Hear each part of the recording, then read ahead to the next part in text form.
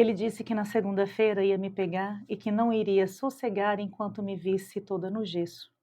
Eu já fui amarrada, levo soco na cara, levo chute. Me queima, joga produto para atacar fogo em mim. Rasga as minhas roupas, eu não tenho mais roupa para usar, nem roupa íntima, porque ele rasga. São depoimentos que aparentemente parecem dos anos 90 de antigamente, mas não, infelizmente, é dos dias atuais. A violência doméstica é um assunto atual. Sejam bem-vindos, eu sou a Aline Guimarães e esse é o Você Pode Mais, um podcast dedicado a você, trazendo assuntos delicados do dia a dia, mas de uma maneira informal, direto ao ponto. Eu tenho a honra de receber aqui hoje a estudante do quarto período de Direito, Maria Eduarda Verri. Seja bem-vinda, Maria Eduarda. Obrigada, Aline. Obrigada pela oportunidade de estar aqui falando de um tema tão relevante para a sociedade. E como é importante ela, que é estudante de direito, também a gente, mais para frente, né, conforme a nossa entrevista, relacionar o direito com essas questões tão importantes e relevantes em relação à violência doméstica. Maria Eduarda, então vamos começar com um contexto histórico, porque essa questão do patriarcado, da mulher vista como inferior, vem lá da antiguidade. Então vamos falar um pouquinho dessa questão histórica, da antiguidade, também da Idade Média, que você tem para nos relatar em relação a esse domínio que o homem sempre teve sobre a mulher. Exatamente, Aline. O patriarcado é um assunto antigo.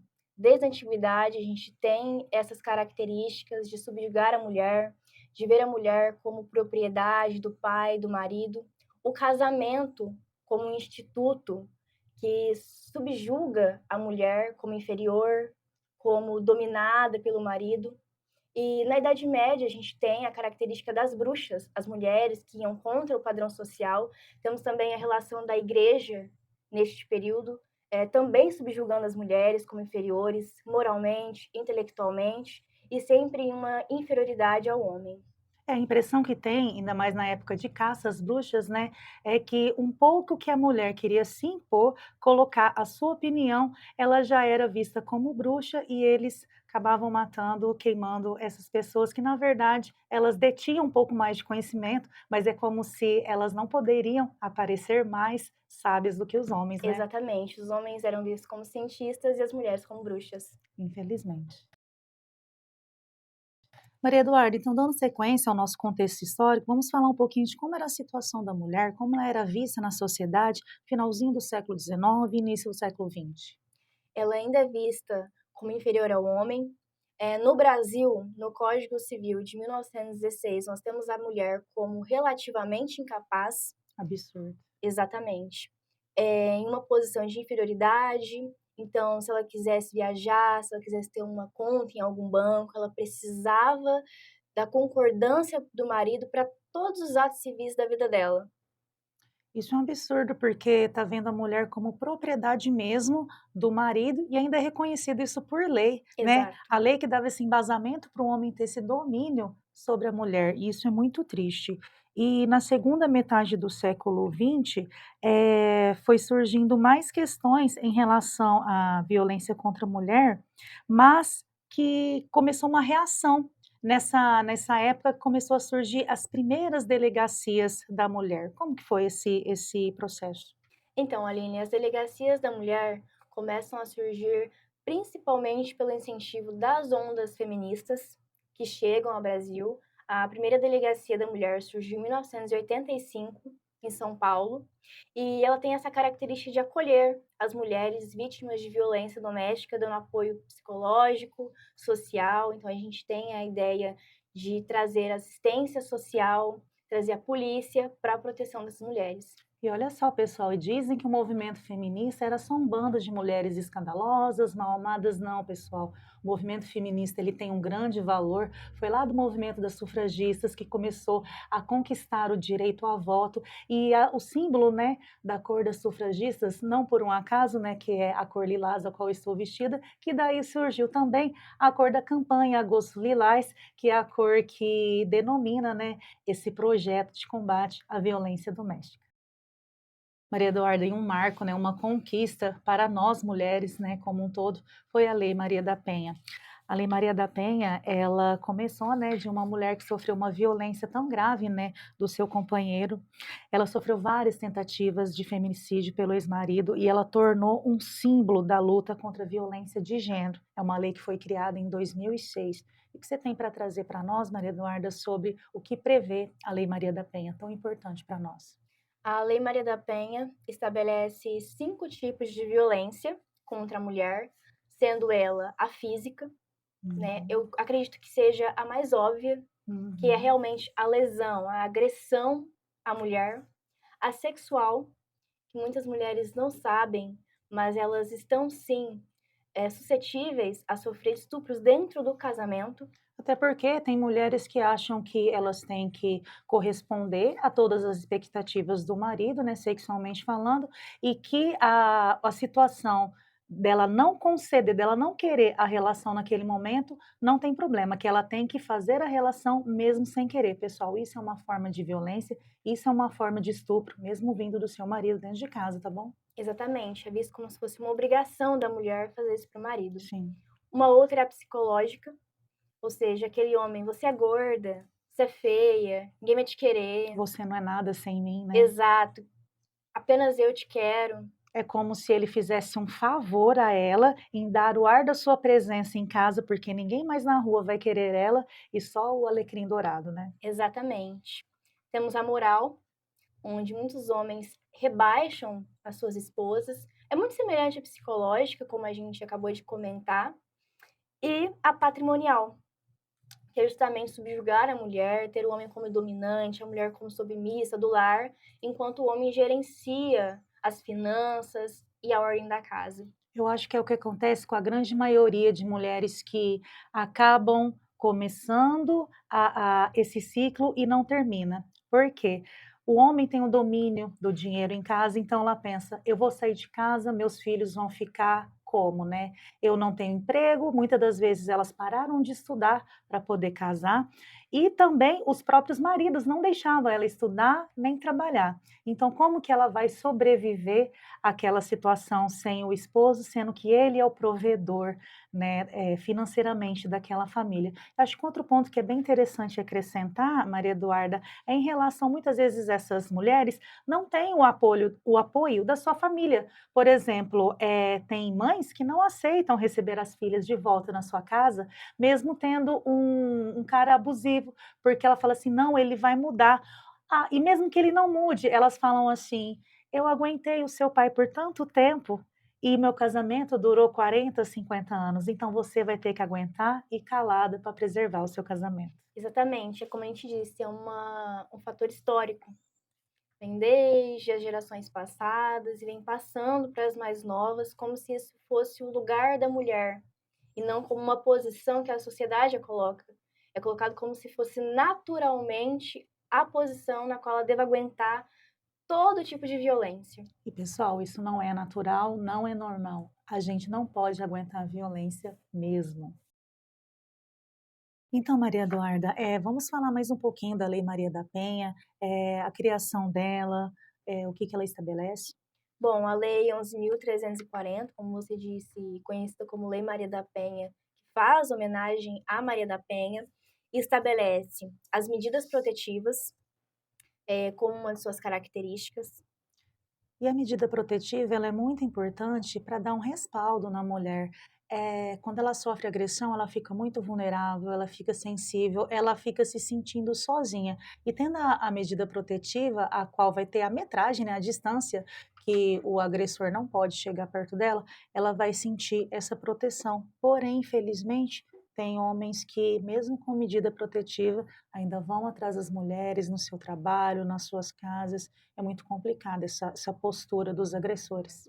Sim, a gente também tem a prisão em flagrante ou preventiva desses agressores. É estabelecido uma rede de apoio também, no qual as mulheres têm o direito de denunciar nas delegacias, de receber assistência social, psicológica. E essas delegacias, pessoal, elas precisam realmente acolher, porque infelizmente ainda tem muito machismo até dentro das delegacias, de acontecer situações da mulher chegar lá agredida e o delegado perguntar: "Ah, mas o que que você estava fazendo aquela determinada hora na rua, com aquela determinada roupa?" Ou "Mas o que que você fez para ele te agredir?" Gente, a violência ela não tem que ter justificativa, ela não tem que ter o porquê. E outra, tirar essa culpabilização da vítima. A vítima não tem culpa. O que tem que ser punido é o agressor. Exatamente, Aline. Então, vamos trazer para o nosso público um pouquinho dos dados do primeiro semestre de 2025 sobre as violências domésticas, né? Dados que vêm do Sistema de Informação sobre Mortalidade, que é o SIM, e também do Instituto de Pesquisa e Economia Aplicada, o IPEA. Pois bem, Aline, são dados do primeiro semestre de 2025 e foram retratados 718 feminicídios só no primeiro semestre de 2025. Esse é um número muito alarmante. De estupro, gente, aproximadamente 34 mil estupros. É uma quantidade grande, lembrando que são os que foram denunciados e os estupros que não foram denunciados. É uma quantidade exorbitante, é muito triste isso. De denúncias de violência doméstica, a gente tem 86 mil denúncias, o que equivale a aproximadamente 17 denúncias por hora. Um número, assim, gritante. É importante falar também que 40% dessas violências são dentro de casa. Então a gente acha que a gente está segura, que a gente não vai sofrer lesão, mas a gente, dentro do nosso próprio lar, a gente está sofrendo esse tipo de agressão.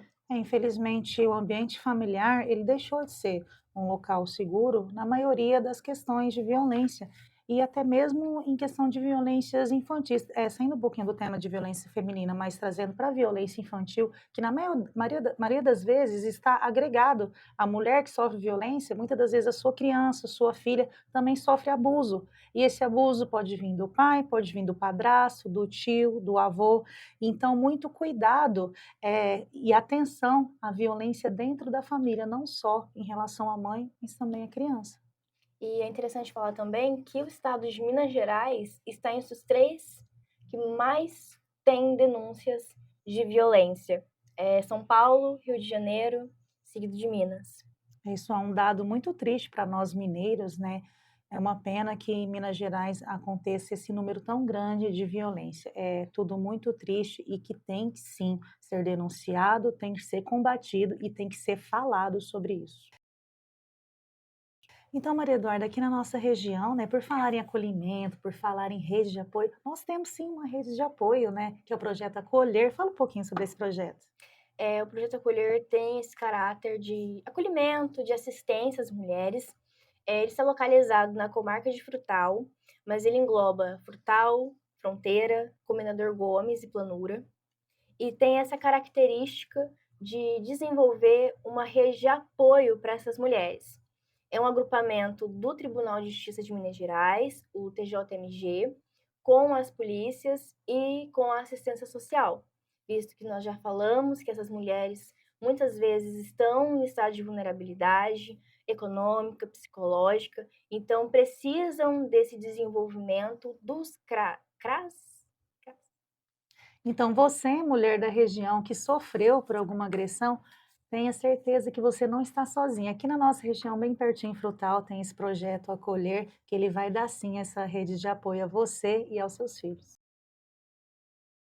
A Maria Eduarda, pessoal, ela que é estudante do quarto período de Direito aqui na UENG em Frutal, ela fez um projeto muito bacana juntamente com a sua colega, né, Amanda Souza Greco. Um abraço para você, Amanda. Muito obrigado pela contribuição nesse projeto, tá? E o projeto é Violência contra a Mulher na Era Digital. A gente que hoje tudo, né, envolve o digital, a internet, as redes sociais. Fala um pouquinho para a gente sobre esse projeto. Bom, o nosso projeto começa a ser desenvolvido trazendo a cultura e o patriarcado como fontes base do que seria, o que mais pra frente a gente vai falar, que são os red pills, os incels, como que essa reafirmação do patriarcado é algo histórico, é algo cultural, como a gente já falou anteriormente, decorre de séculos, né, talvez milênios, de exploração das mulheres, de subjugação. Então a gente primeiro faz essa introdução, falando dessa cultura do patriarcado.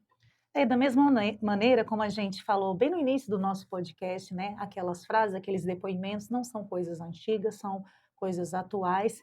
E esse movimento, né, que está tendo os Red Pills, esse discurso de ódio em relação às mulheres, fazendo com que elas tenham que sim, cada vez mais ser submissas, é uma coisa muito ridícula, né, só que também muito perigosa, porque aparece de um jeito com que seja certo os adolescentes, os jovens tratarem as mulheres assim, quererem que elas sejam submissas, assim. O que você tem a dizer, Maria, sobre esse Red Pill, esse movimento Red Pill?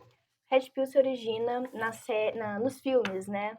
Matrix, onde é oferecida a pílula vermelha e a pílula azul. No qual a vermelha ofereceria a realidade. E justamente eles trazem essa característica do filme para a vida real, no qual esses homens acreditam que eles vivem em uma realidade no qual eles são vítimas do feminismo, são inferiorizados pelo feminismo e que eles precisam despertar para essa realidade, nada mais que uma reafirmação da misoginia, do patriarcado, do machismo. Isso é um absurdo, né? Os homens se colocarem como vítimas, né, das mulheres. Que absurdo. Isso tudo para mascarar o que realmente acontece, que é a violência, né? Quem será que são as verdadeiras vítimas, né? E que isso seja combatido, pessoal. A mulher, ela não pode mais, chega de aguentar tanta humilhação, tanta submissão, essa cultura, esse histórico de patriarcado, de submissão da mulher tem que acabar sim. E também a nossa sociedade atual tem um grupo, né, denominado incel. O que seria esse incel? Os incels são chamados celibatários involuntários, é um termo que vem da língua inglesa. E basicamente são meninos, são homens que não conseguem ter relações sexuais e culpam as mulheres por isso, como se elas fossem as culpadas por eles não conseguirem ter essa relação. Isso transforma em violência, em xingamento, em estupros, e isso vem crescendo nas redes sociais, em fóruns, de conversa, em que eles descontam esse ódio nas mulheres através dessas redes. Então, até da incompetência dos homens, as mulheres levam a culpa. A que ponto chegamos, né? E não é assim. Isso é crime e a mulher não tem culpa. É interessante falar da nova série da Netflix, chamada Adolescência, que retrata muito bem esse pensamento, desse movimento, tanto Red Pill como Incel. Nós tivemos o Owen Cooper, de 15 anos, ganhando Emmy, pela série. E deixo a recomendação para quem se interessar assistir, vale a pena entender um movimento tão atual e tão crítico. Uhum. E pegando a deixa em relação na televisão, né, em séries, abordar essa questão de violência, tivemos recentemente na novela da Sete, Dona de Mim, a personagem, né, que ela era uma blogueira, então ela se expunha, né, nas redes sociais, como hoje é uma coisa muito normal, a mulher se expor, e acabou que um agressor começou a seguir ela até chegar ao ponto de marcar um encontro e estuprar e violentar. E na hora que ela foi dar a denúncia, né, ainda o delegado falou assim: "Ah, mas você também se expôs demais na internet". Então, mais uma vez, a falta de acolhimento da justiça, onde faz a mulher levar a culpa. E tem mais algumas, características, né, que você vai abordar também, falando um pouquinho da questão da pornografia. Exatamente, a chamada pornografia da vingança é esse ato do homem que geralmente é um ex-companheiro, um ex-marido, um ex-namorado, ficante, que expõe a sua companheira nas redes sociais, postando vídeos íntimos, fotos íntimas, sem a permissão da companheira. Isso acontece com muita frequência, gente, principalmente com o avanço das redes sociais, acontece muito isso. Aconteceu isso numa série da Netflix chama Psica. A moça ela teve que sair da região onde ela vivia porque o carinha que ficou com ela, né, expôs o momento íntimo dos dois e a culpa sempre foi dela, né? Quem foi humilhada, agredida verbalmente foi ela e o carinha saiu como o herói. E isso infelizmente também acontece no mundo real aqui em nossa sociedade. Então, Maria Eduarda, para encerrar, né, vamos passar aqui para os nossos ouvintes, nossos espectadores, os canais de denúncia.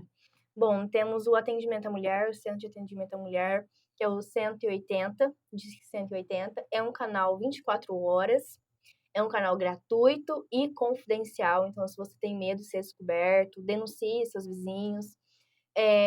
Também temos a polícia, que é o 190, que faz também essa proteção à mulher.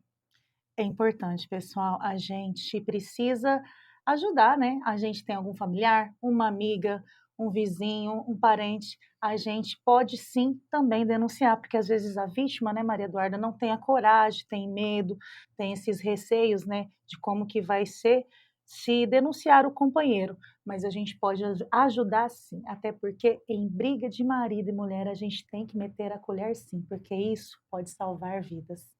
Agradeço de coração a sua presença, Maria Eduarda, é muito importante uma jovem como você, estudante de direito, né, que está na área das leis, participar de um projeto tão bom, juntamente com sua amiga Amanda, né, esse projeto maravilhoso que é combater a violência. Muito obrigada mesmo. Obrigada eu, Aline, por estar aqui, pela oportunidade de estar disseminando conhecimento e proteção. Muito obrigada a vocês e até o próximo episódio do Você Pode Mais.